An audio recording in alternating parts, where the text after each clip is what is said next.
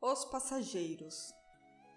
A bordo do Titanic havia passageiros de primeira classe que faziam viagens transatlânticas muitas vezes por ano.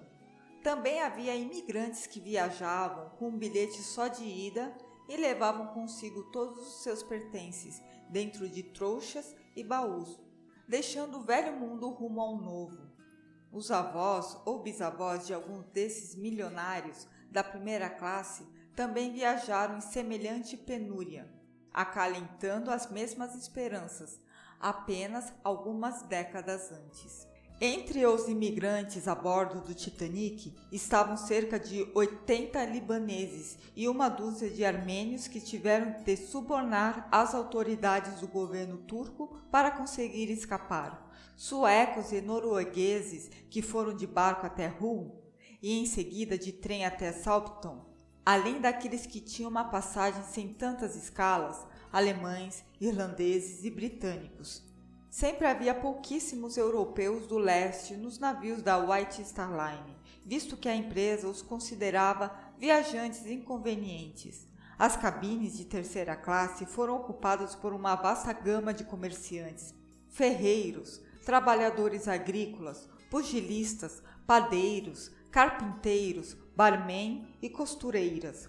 Muitos deles sequer tinham visto o mar. Que dirá um navio tão majestoso quanto o Titanic?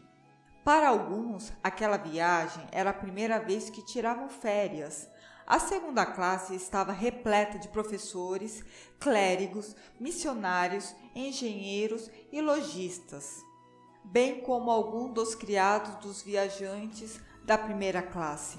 A tripulação do Titanic totalizava quase 900 funcionários, dividido em 3 departamentos: convés, atendimento e engenharia. A tripulação do convés era formada por 7 oficiais, um cirurgião e um cirurgião assistente, 7 quartéis-mestres, 6 vigias, 2 taifeiros, 2 mestres de armas, um contramestre, um acendedor, um almoxarife, 29 primeiros marinheiros e 2 limpadores de janelas. O departamento de atendimento contava com 431 funcionários do buffet, incluindo um cozinheiro de assados, um cozinheiro de vegetais, um cozinheiro hebreu, 290 comissários de bordo, uma enfermeira-chefe, 5 entregadores de correspondência e 2 telegrafistas, que uma vez que trabalhavam para a Marconi, ostentavam um M dourado em seus capes em vez de a bandeira da White Star Line. O tamanho do departamento de atendimento reflete a importância que a White Star Line dava à pronta satisfação das necessidades de seus passageiros. Todas as cabines de primeira classe tinham telefones instalados, portanto, era necessário ter uma equipe sempre de prontidão para atender a qualquer pedido. O Titanic dependia de trabalho braçal para abastecer seus motores com as 600 toneladas diárias de carvão de que eles precisavam. O departamento de máquinas tinha 280 homens, 13 foguistas-chefe, 162 foguistas, também conhecidos como fogueiros, 72 cavoeiros e 33 graxeiros. Os graxeiros lubrificavam os motores, enquanto os carvoeiros, de pás em mãos, retiravam o carvão do depósito e o empilhavam em pesadas carriolas que levavam a toda velocidade para os foguistas, que por sua vez usavam as pás para abastecer as fornalhas durante 7 minutos. Então recolhiam o clicker, esbranquiçado e incandescente por 7 minutos e, enfim, varriam as cinzas por mais 7 minutos. Os foguistas descansavam a cada 21 minutos, até que soava um gongo e o ciclo recomeçava. Eles trabalhavam em turnos de 4 horas, 2 vezes por dia. O foguista-chefe monitorava a pressão do vapor e batia no chão de metal do porão de carga quando alguma fornalha precisava de atenção. A maior parte da tripulação usava um pano amarrado ao redor do pescoço para absorver o suor e acabava chupando uma das extremidades do retalho úmido para evitar que bebessem água demais, o que provocaria cólicas estomacais. Um morador de Southampton descreveu o retorno dos foguistas após uma viagem. Todos eles voltavam para casa, parecendo esqueletos ambulantes. Então se entregavam a uma gloriosa bebedeira, que acabava em briga, e depois partiam novamente. Domingo, 14 de abril de 1912. Meia-noite. Local da ponte de comando do Titanic. 8 badaladas, troca de turno. No meio do Atlântico Norte, uma pequena garrafa está boiando na água. Dentro dela, um pedaço de papel traz uma mensagem escrita a lápis. 13/4/1912, do Titanic. Adeus a todos. O bilhete foi escrito por Jeremiah Burke, um jovem irlandês de 19 anos. Neste momento, ele está a vários quilômetros a leste do local onde a garrafa flutua, em sua cabine de terceira classe do navio mais famoso do mundo, o Titanic. Jeremiah é um trabalhador agrícola que nutria a esperança de começar uma nova vida nos Estados Unidos, junto de suas 2 irmãs mais velhas, Mary e Nellie, já estabelecidas em Boston. Mary enviou o dinheiro da passagem para Jeremiah. A proa afunilada do Titanic corta o mar gelado a cerca de 22 nós, lançando uma coluna de água em ambos os lados daquele navio que é o maior objeto móvel do planeta. Os sinos de bronze pendentes do lado de fora das janelas da ponte de comando badalam 8 vezes, indicando o fim do turno de 4 horas. Ao mesmo tempo, os relógios do navio estão sendo ajustados devido à mudança de fuso horário, à medida que ele navega rumo a oeste.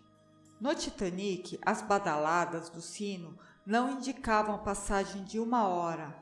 Elas soavam a cada meia hora de acordo com um relógio de 4 horas, culminando em 8 badaladas. As batidas de meia hora são uma tradição que remonta os dias em que eram usadas ampulhetas de 30 minutos. Mas o Titanic também contava com os relógios elétricos com tecnologia de ponta. Em viagens rumo ao oeste, as embarcações da White Star Line ajustavam seus relógios à meia-noite, em aproximadamente 35 a 45 minutos, dependendo da distância que se estimava que o navio percorreria até meio-dia do dia seguinte. O Titanic tinha 48 relógios no total, submetidos a um par de relógios mestres, protegidos em redomas à prova d'água na sala de mapas. Este é o local da ponte de comando do Titanic. Na ponte de comando, o 4º oficial, Joseph, e o 6º oficial, James, estão rendendo o 3º e o 5º oficiais, Herbert e Harold. A ponte está completamente escura. Qualquer iluminação, por mais fraca que seja, atrapalha a visão noturna dos homens. As persianas na casa do leme estão fechadas, impedindo que qualquer resquício de luz ilumine a bússola. Os oficiais conversam sobre o deslocamento do navio e sobre os chamados itens de interesse, o clima, o curso e a velocidade do Titanic. Quando os olhos dos outros oficiais do novo turno já estiverem acostumados com a escuridão, os outros poderão se recolher para descansar. O capitão do Titanic, o lendário Edward Smith, está em seus aposentos, logo atrás da ponte de comando. O capitão Edward era descrito por Charles, segundo oficial do Titanic, como um homem alto, robusto, de suíças fartas, com uma voz baixa e agradável e um sorriso constante. Ele era carinhosamente conhecido como E.J. Seu outro apelido era o Capitão dos Milionários, devido à sua popularidade entre passageiros abastados de transatlânticos. Smith era famoso por sua carreira de 30 anos na White Star Line. ao longo da qual capitaneou 17 navios e navegou mais de 3 milhões de quilômetros. Smith era o comodoro da frota e o seu salário era de 1.250 libras por ano, com um bônus de 1.000 libras mediante a condição de aportar com os navios em bom estado. Ao ser entrevistado pelo The New York Times em 1907, o capitão Smith falou sobre sua carreira. Quando alguém me pede para descrever a minha experiência de quase 40 anos no mar, eu simplesmente digo, tranquila. Naturalmente, houve vendavais de inverno, tempestades e nevoeiros, mas ao longo de minha experiência, nunca me envolvi em nenhum tipo de acidente digno de menção. Essa declaração não era inteiramente verdadeira. Os navios da White Star Line, sob seu comando, encalharam em 1889, 1890 e 1909. Em 1901, o Majestic e em 1906, o Baltic tiveram sérios incêndios a bordo. Ainda assim, a White Star Line continuava a respeitar e confiar em Smith.